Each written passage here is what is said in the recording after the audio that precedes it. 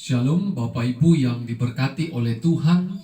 Sebelum kita merenungkan kebenaran firman Tuhan, mari kita bersekutu di dalam doa. Segala puji dan syukur kami panjatkan kehadirat-Mu ya Tuhan. Kami boleh menikmati setiap berkat-Mu dan kemurahan-Mu di sepanjang kehidupan kami.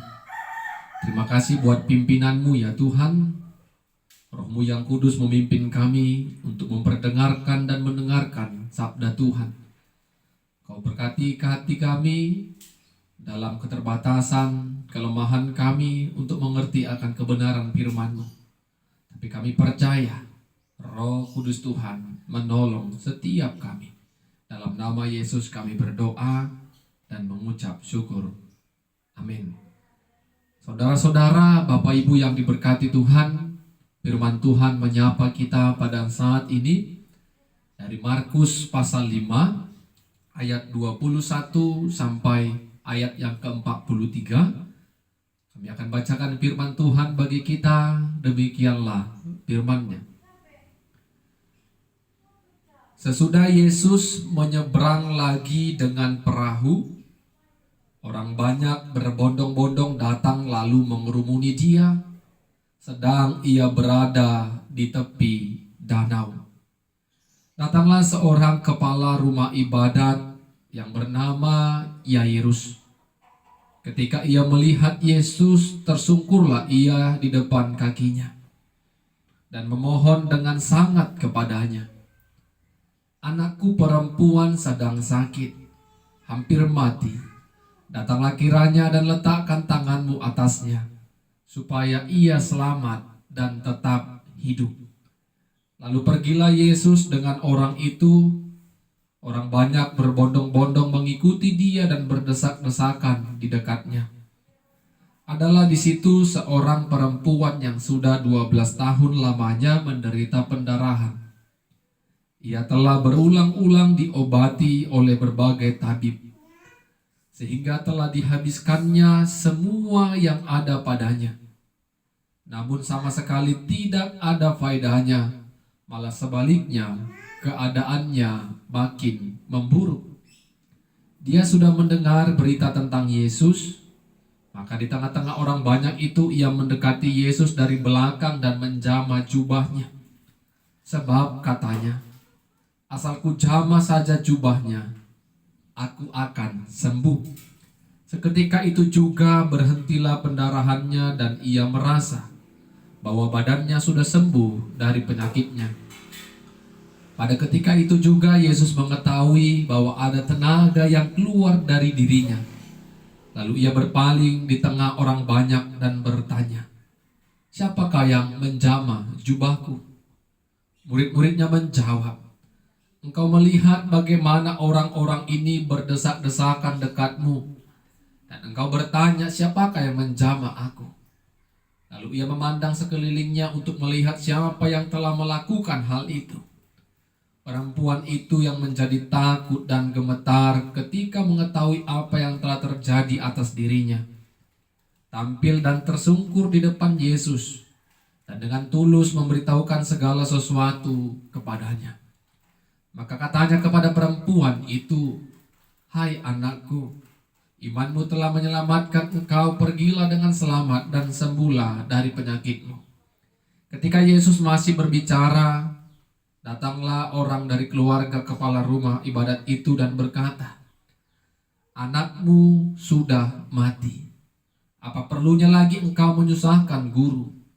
Tetapi Yesus tidak menghiraukan perkataan mereka dan berkata kepada kepala rumah ibadat, "Jangan takut, percaya saja."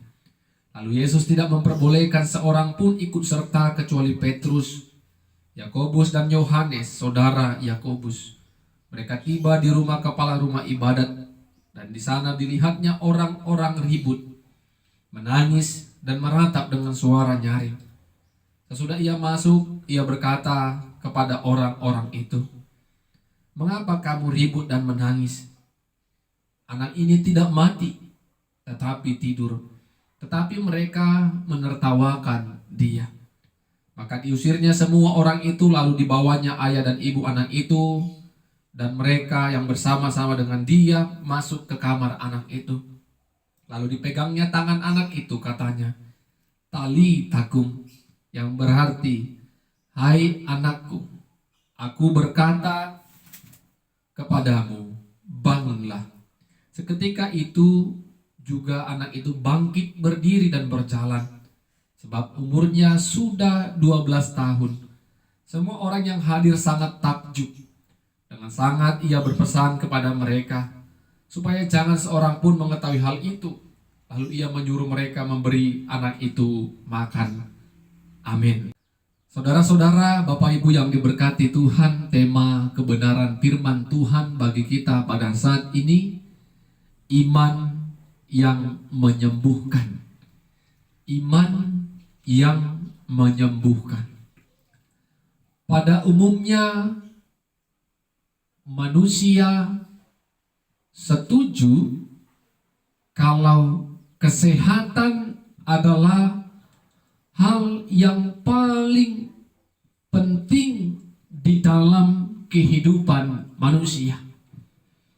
Karena tanpa kesehatan manusia tidak bisa bergerak secara bebas, melakukan aktivitasnya, bekerja, dan melakukan setiap kegiatan-kegiatan seperti yang dikerjakan oleh orang banyak.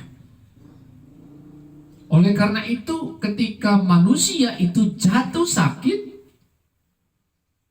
maka manusia akan berusaha untuk bisa sembuh dari sakit penyakitnya. Mungkin melalui obat-obatan, makanan-makanan yang sehat, dia akan terus dan selalu konsumsi karena manusia itu menganggap kesehatan itu adalah segalanya dalam kehidupannya. Bahkan banyak orang yang mengeluarkan biaya-biaya, dana-dana yang besar demi kesembuhan sakit penyakitnya. Tidak cukup hanya dokter yang ada di dalam negeri, mereka juga pergi ke dokter yang ada di luar. Itu menunjukkan bahwasanya kesehatan adalah bagian yang sangat penting dalam kehidupan manusia. Sehingga seberapa besar pun biaya yang dikeluarkan demi kesehatan, manusia akan keluarkan itu. Makanya kalau kita melihat Bapak Ibu, di dalam rumah sakit tidak ada orang yang miskin. Karena apa? Segala obat-obatan, segala yang dibutuhkan perawatan, pasien akan dipenuhi oleh keluarga. Tidak tahu dari mana caranya, yang penting harus dapat uang, kecil besar, yang penting pasien yang ada di rumah sakit bisa sembuh dan segera pulang. Itulah yang terjadi pada kebenaran firman Tuhan pada saat ini. Yang pertama, anak dari kepala rumah ibadat. Kepala rumah ibadat itu bernama Yairus. Dia memiliki pergumulan di mana anak perempuannya sakit. Yairus bersaksi sakitnya hampir membawa kepada kematian. Tentu sebagai orang yang terpandang, pasti kepala rumah ibadat itu sudah mengupayakan kesembuhan putrinya.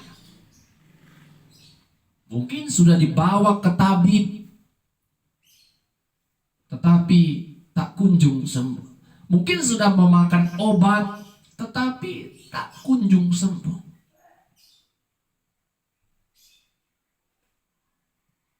Ketika usaha yang dikerjakannya secara manusia tidak mendapatkan hasil, kepala rumah ibadat pernah mendengar kalau Yesus punya kuasa untuk menyembuhkan sakit penyakit.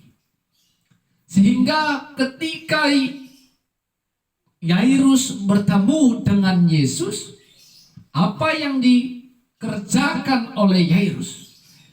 Dia tersungkur di hadapan Yesus dan bermohon kepada Yesus.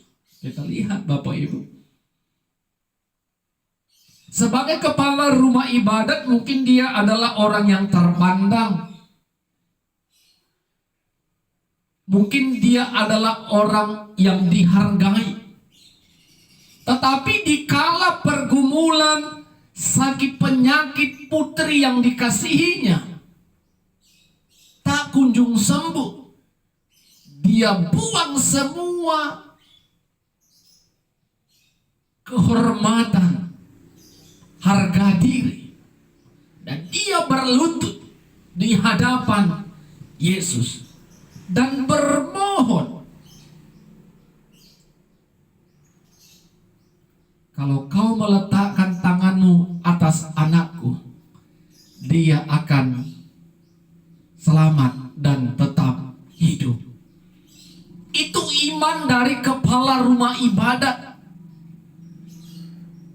Keyakinannya penuh kepada Yesus. Kalau Yesus menumpangkan tangan atas putrinya, putrinya akan selamat dan tetap hidup. Sebuah iman. Sehingga iman itulah yang mendorong dia untuk tersungkur berlutut di hadapan Yesus dengan mengharapkan belas kasihan Yesus. Bapak Ibu yang diberkati Tuhan, tentu ketika apa yang dialami Yairus ini datang menimpa kita, menghampiri kita, kita tidak lagi malu kepada siapa kita harus bermohon, kepada siapa kita harus minta tolong. Yang terpenting kita bisa keluar dari pergumulan dan masalah kita. Mungkin orang yang punya jabatan tinggi pun dia harus turun ke bawah. Dia yang punya harta melimpah pun harus turun ke bawah, meminta pertolongan kepada orang yang biasa. Kita lihat Yesus merespon dengan baik permohonan dari kepala rumah ibadat itu. Yesus bersama dengan murid-muridnya, bersama dengan Yairus, pergi berjalan menuju rumah kepala rumah ibadat. Tentu dalam perjalanan Yesus diikuti oleh orang-orang banyak. Orang-orang berbondong-bondong di belakang, orang-orang berbondong-bondong bersama berjalan dengan Yesus. Dan di dalam perjalanan menuju rumah kepala ibadat tadi, ada hal yang terjadi. Ada seorang perempuan yang sakit pendarahan sudah 12 tahun lamanya. Alkitab tadi mencatat perempuan itu sudah mengupayakan pengobatan, pergi ke tabib, tapi penyakitnya tidak sembuh, malah semakin parah. Tentu dalam pengobatan itu perempuan tadi mengeluarkan dana. Apa yang ada pada dia, harta yang ada pada perempuan itu habis demi kesembuhan dan biaya pengobatannya, tetapi tidak menghasilkan kesembuhan. Tetapi perempuan yang sakit pendarahan itu pernah mendengarkan tentang sosok Yesus. Karena tidak ada lagi cara yang bisa menyembuhkan dia.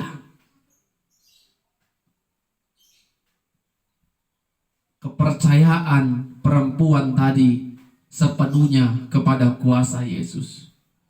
Dia berkata, asal ku jamah saja jubahnya, aku akan sembuh.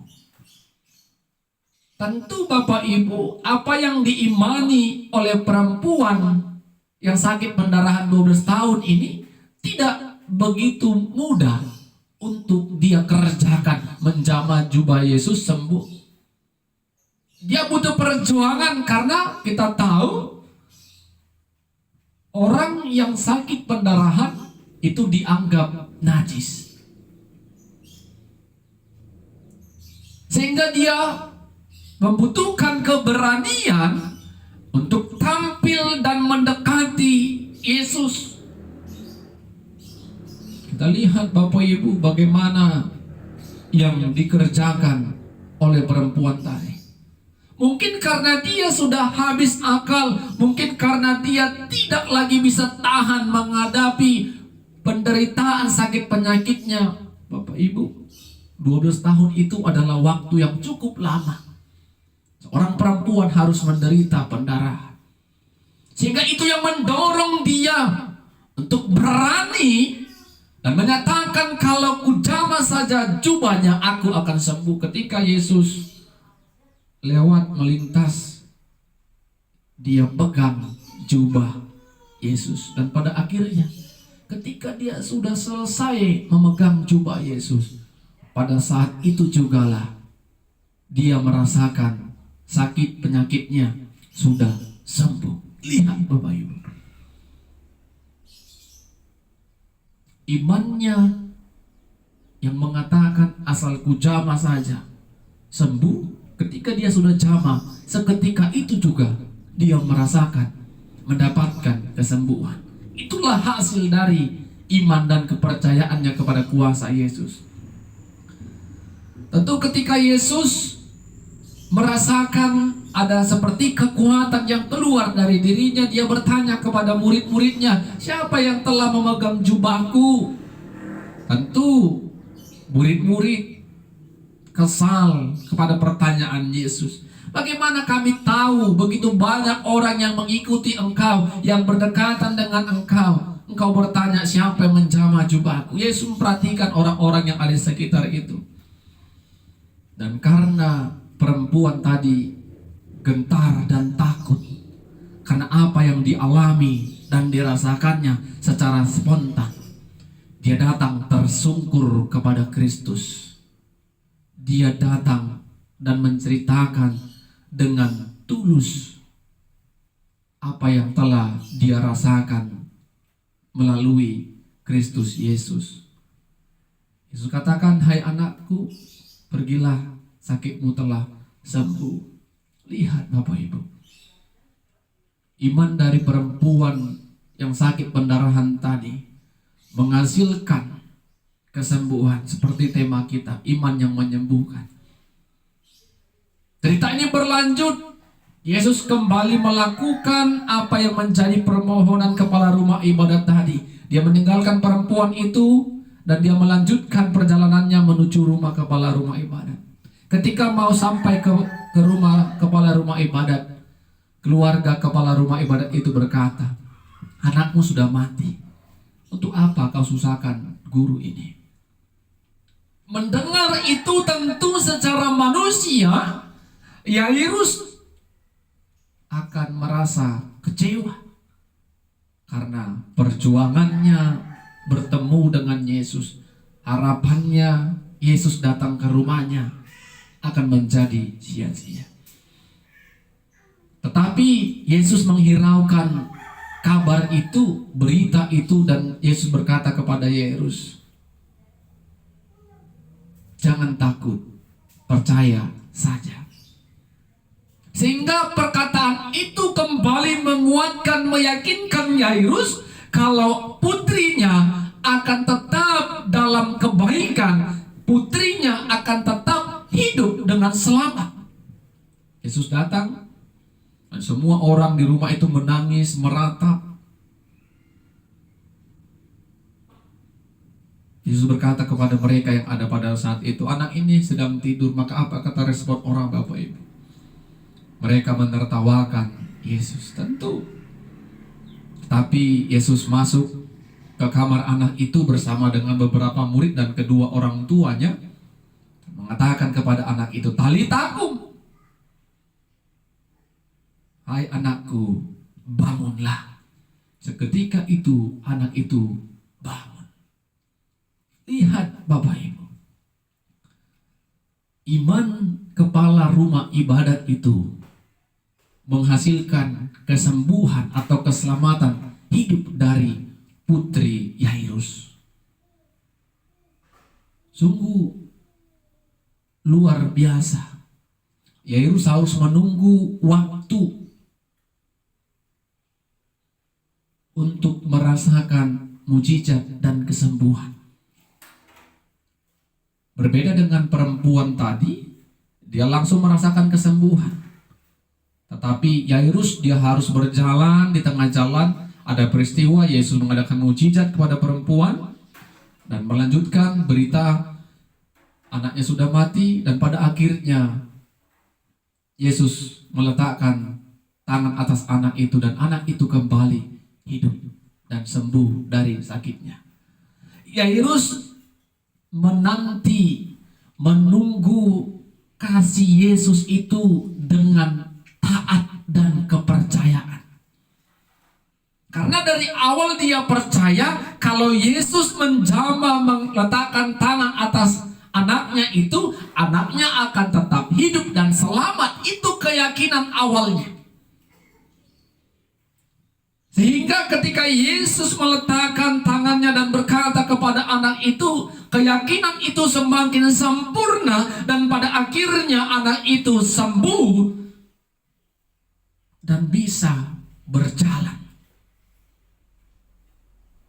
Bapak Ibu yang diberkati Tuhan, dua mujizat yang dikerjakan Yesus melalui kebenaran firman Tuhan saat ini, semua itu adalah hasil dari iman, kepercayaan kepada kuasa Yesus. Kepercayaan itulah yang mendorong kepala rumah ibadat untuk datang kepada Tuhan, bermohon kepada Tuhan, berani menghilangkan harga diri. Begitu juga dengan perempuan tadi. Dia berani tampil walaupun orang menganggap dia najis, tapi imannya yakin, ku jamah saja jubahnya, aku akan sembuh. Bapak Ibu yang diberkati Tuhan, apa yang mau kita renungkan dari firman Tuhan saat ini? Yang pertama, datanglah kepada Tuhan dikala kita memiliki pergumulan hidup. Jangan pernah andalkan kekuatan dunia, baik itu harta, kekuatan dunia, baik itu hal-hal yang bisa menjaga kesehatan, menjamin keselamatan melalui jimat-jimat. Jangan pernah mengandalkan jabatanmu, pangkatmu, status sosialmu mungkin yang tinggi. Itu tidak akan dapat mengatasi masalah hidup kita. Tetapi ketika kita datang kepada Tuhan, bermohon dan punya keyakinan dan pengharapan kalau Tuhan akan menolong kita, maka kasih Tuhan akan menyertai perjalanan pergumulan hidup kita. Yang kedua, sakit penyakit dan nyawa hidup manusia itu ada di bawah tangan kuasa Tuhan. Untuk itu kita harus imani Bapak Ibu yang diberkati Tuhan. Apa yang kita alami, sakit yang kita rasakan, pergumulan yang kita rasakan, semua itu sepengetahuan dan seizin Tuhan. Kalau Tuhan memang izinkan sakit itu sembuh, maka tidak ada yang dapat menghalang-halanginya. Kalau Tuhan izinkan sakit penyakit itu sembuh, maka kesembuhan yang kita imani, yang berasal dari Tuhan, kita akan rasakan. Tetapi jangan pernah kita andalkan, aku pernah pergi ke dokter yang terkenal, dokter spesialis, untuk apa lagi berdoa? Itu salah. Pertama kita harus datang berdoa, meminta kepada Tuhan. Meminta. Itu yang dikatakan Yesus. Mintalah, carilah, ketoklah. Kita harus datang meminta terlebih dahulu kepada Tuhan. Meminta hikmat kemana kita akan melangkah untuk membawa kita kepada orang yang bisa menyembuhkan kita. Kita meminta, kita berusaha, dan Tuhan akan berikan itu. Tuhan akan bukakan jalan bagi setiap orang yang pertama datang meminta kepada Tuhan. Jangan takut Bapak Ibu. Ketika kita sudah percayakan, Tuhan aku sakit ini, sebutkan sakit penyakit kita kepada Tuhan. Tuhan, aku tidak punya biaya dana yang besar untuk sakit penyakitku ini, tapi aku percaya apapun yang aku kerjakan, apapun yang aku makan, apapun yang aku minum, biarlah itu ada dalam kuasa Tuhan. Belajar untuk mengimani Bapak Ibu, sehingga kita yakin dan percaya kesembuhan yang kita harapkan boleh Tuhan nyatakan dalam hidup kita. Yang ketiga, sakit penyakit yang ada kita baca pada firman ini adalah gambaran pergumulan yang akan terus dihadapi oleh setiap manusia dan orang-orang percaya. Tentu karena itu adalah gambaran dari hidup orang percaya, kita harus bisa datang bersyukur kepada Tuhan, datang bermohon kepada Tuhan, datang dengan ketulusan menceritakan segala kebaikan dan kemurahan Tuhan, agar ketika kita menderita, kita ditolong Tuhan, kita boleh saksikan itu dengan ketulusan. Jadi apapun ceritanya, manusia yang hidup pasti tidak terlepas dengan sakit penyakit. Manusia yang hidup tidak terlepas dari yang namanya penderitaan dan kesusahan. Firman Tuhan mengingatkan kita datang kepada Tuhan, bermohon kepada Tuhan, dan Tuhan tidak tinggal diam atas penderitaan kita. Amin. Kita berdoa. Kami mengucap syukur kepadamu ya Tuhan, buat firman-Mu yang sudah kami dengar. Biarlah Roh-Mu yang kudus menolong kami untuk melakukan firman-Mu. Dalam nama Yesus kami berdoa dan bersyukur. Amin. Salam Bapak Ibu, Tuhan Yesus memberkati kita semua.